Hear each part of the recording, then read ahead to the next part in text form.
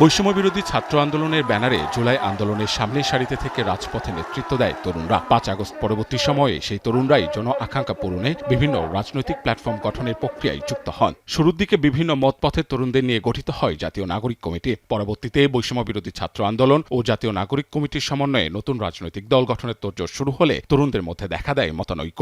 ঢাকা বিশ্ববিদ্যালয়ের ছাত্র শিবিরের সাবেক সভাপতি আলী আহসান জুনায়েদের নেতৃত্বে একটি বড় অংশ তখন জাতীয় নাগরিক কমিটি থেকে বেরিয়ে যায়।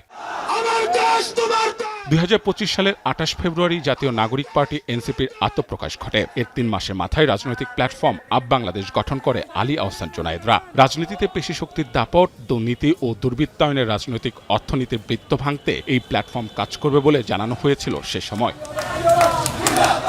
তবে রাজনীতির ময়দানে এক বছরও টিকতে পারল না আপ বাংলাদেশ। ১১ মাস ১০ দিনের মাথায় নাম লিখাতে হলো এনসিপির ব্যানারেই। যোগদান অনুষ্ঠানে বিলুপ্ত আপ বাংলাদেশের নেতা আলী আহসান জুনায়েদ বলেন, সংস্কার প্রশ্নে সরকারের অবস্থান জনমনে গণহতাশা সৃষ্টি করেছে। সেক্ষেত্রে মানুষের আকাঙ্ক্ষা, গণ অভ্যুত্থানের আকাঙ্ক্ষা বাস্তবায়নে এনসিপিতেই যোগদান।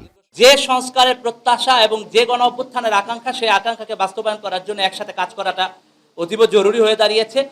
আপ বাংলাদেশ বিলুপ্ত করে জাতীয় নাগরিক পার্টিতে যোগদানের এই বিষয়টি সমন্বয় করেন এনসিপির মুখপাত্র আসিফ মাহমুদ সজীব ভূঁইয়া। এ প্রসঙ্গে তিনি বলেন, আগামীর কঠিন লড়াই তরুণরা একসাথে লড়বে। দলের আহ্বায়ক ও জাতীয় সংসদের বিরোধী দলীয় চিফ হুইপ নাহিদ ইসলাম বলেন, এনসিপিতে যোগদানের ক্ষেত্রে সাবেক পরিচয় মুখ্য নয়। এমনকি ছাত্রলীগ হলেও সমস্যা নেই, তবে ফ্যাসিস্ট কার্যক্রমের সাথে কোনো সম্পৃক্ততা থাকা যাবে না।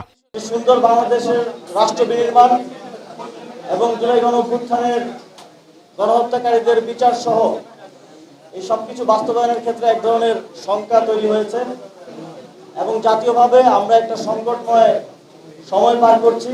কে আগে কোন রাজনৈতিক দল বা সংগঠন করে এসেছে, ছাত্র দল হোক, ছাত্র শিবির হোক, ছাত্র অধিকার পরিষদ, ইভেন কি ছাত্রলীগ হোক, কার সাবেক পরিচয়, এটা আমাদের কাছে মুখ্য নয়। আজকে থেকে যখন কেউ এনসিপিতে আসবে, সে এনসিপির সংগঠক, এনসিপির নেতাকর্মী হিসেবে কাজ করবে। রোববার বিলুপ্ত আপ বাংলাদেশের ৪৫ জন নেতাকর্মীর পাশাপাশি এবি পার্টির ব্যারিস্টার আব্দুল হক ও বৈষম্য বিরোধী ছাত্র আন্দোলনের সাবেক সভাপতি রিফাত রশিদও এনসিপিতে নাম লেখান। মাহবুব হাসান রিপন, এখন, ঢাকা।